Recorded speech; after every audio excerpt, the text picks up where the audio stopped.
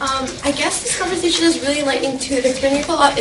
There are a couple flags as I engage in social media that are coming up when you talk about we're entering a new world and we're not sure how to behave. Within that unfamiliarity, a couple of things are being a part of the provincial government's Aboriginal Youth Internship program, being an Indigenous person working for the province of BC as a public servant. Our values and our activism is so intertwined with who we are that the people who are holding the policy and holding the power over these, say this year, 25 Native, Métis, and Inuit people, were kind of feeling, I guess muzzled is a strong word, that, well, you know, you can talk about this, but be really careful if you talk about this. And a lot of young people are kind of fighting that. And my worry is that if we really don't watch what precedents are being set, it's going to be really unfortunate for the next year. And so, you know, my personal Twitter, they were like, you know, watch your comments. And I said, I'm an active participant in First Nations politics and education, and I don't feel like it's reflecting on my work as an MCAP employer. And so that lack of clarity is really confusing, and I worry that within that lack of clarity that young people are going to be discouraged and be like, fine, I'm just not going to participate in that. And then that's how they're going to evolve and grow as an individual, and that scares me. The other kind of flag is the spaces that we use in social media. I don't know if anyone's seen on Facebook the new feature where they start clustering specific topics. When I first saw that, I was extremely offended. You know, so-and-so, and people are talking about Aboriginal things. And I was like, that's such a generalization about what these people are trying to address that you can pass over it, just like you can click the channel on those, you know, World Peace Donate Money. People are just passing over it, and that's a structure that we're using, and that's really scary to me, that, you know, no matter how many friends you have or what topics are going on, that it's like, oh, I don't really want to look at that right now. Scroll, scroll, scroll. And now the framework is clustering it together, so you don't even have a choice over it. And then my third kind of flag is comment boards.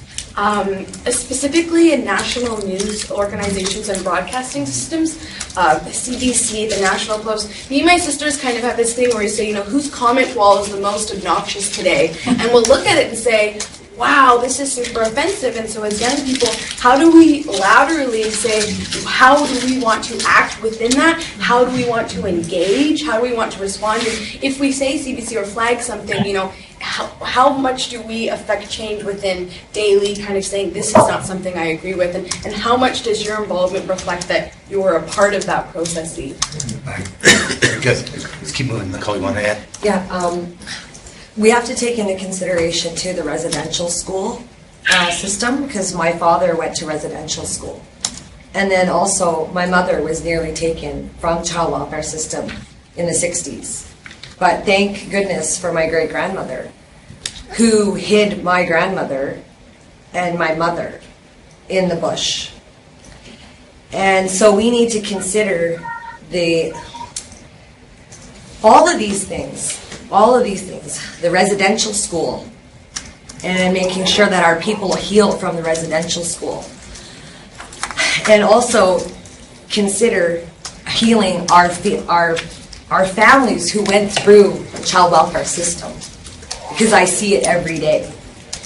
And so for me, it's a healing process altogether, because my father's old and he's not going to be around much longer.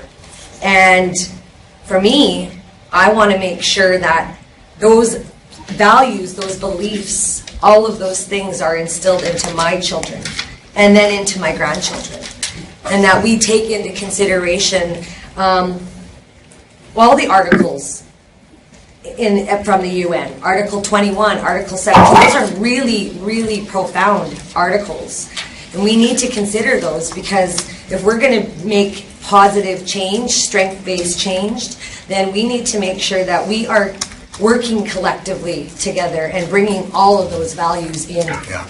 And because my great-grandmother, who was Beaver, she only spoke Beaver. And she said to me, shake it is all, which means there's only a good way. There's only a good way. Yeah. And so I hope and pray that everybody does that, because it is about our ancestors, it is about our parents, it is about our young people, and I'm stuck in the middle of all of it. and it's tough, because I have two boys who are on Facebook, who are graduating and going to school here soon. And I want my son, Riley, to go to Vancouver. My husband's like, well, no, let's send him to Kelowna, where my sister is. No. He's going to be in Vancouver, because that's where my side of the family is. And all the women in my family and all the men in my family are going to make sure that Riley is protected, that Ryan is protected. That those are the things that we need to consider when we're making all of these changes and strength-based and Facebook and all these things. We need to consider all of those things, because it's about protecting our kids, right? Am I right? Yeah. I think Chris. Yeah.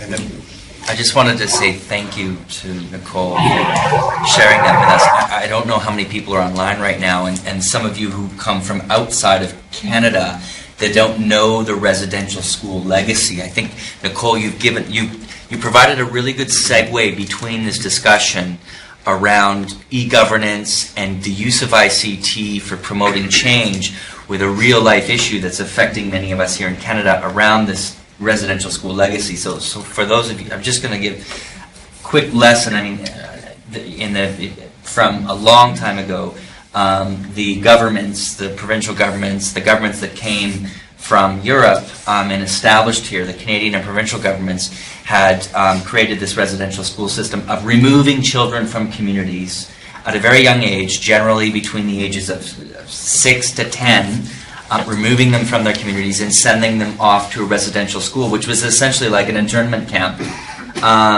And they were segregated from their families, segregated from their cultures, segregated. This was a massive sort of acculturation process that has, as Nicole so eloquently demonstrated, has had profound impacts on the relationship between First Nations people, Aboriginal peoples from across Canada, and general society and the others, the non-Aboriginal people here. And so I think a challenge for us is, okay, well, how do we use ICT to address this type of issue?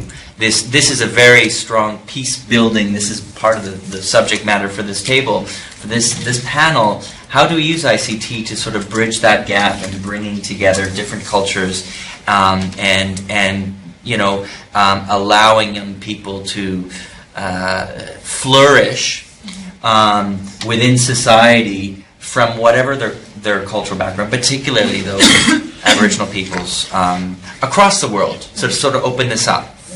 Just a small context. In my family, I'm the first generation to not go to residential school.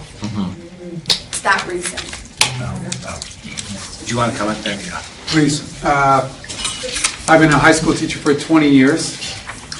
I had the opportunity to put my students recently in a BC First Nations 12 class, which I teach, and then in front of the Truth and Reconciliation Commission. We got to see Sean Atleo. He stood 20 feet from us. Sean Atleo is our national chief. I have Chinese, South Asian, a few Canadians, Korean. To watch the impact on these kids who will go back to show leadership in China and in Korea and in India was a remarkable circumstance for me. I've learned how to do a Prezi from one of my Chinese students. I learned Facebook, how to download an app, PowerPoint. I'm just learning how to tweet, and every one of these was taught to me by one of my students over the last 20 years. One of the things I hold as a great moment of hope as we move forward is that we have to be led by the hand of our young people as we go through the next stage. And if we're bringing in young people as interns, or whatever term that we need to use to have them in my case, they're students, to lead this next part, well then, we're guaranteed success. What a wonderful place we find ourselves in our own history, globally, to actually have to be led by young people. And I think that's where I agree with Chief Lane, this is where we're going to start to see that change, because we don't have a lot of opportunity to hold them back anymore. We can't. Yeah. They know how to do it. We just got to put our hand out there and let ourselves be led. Yeah.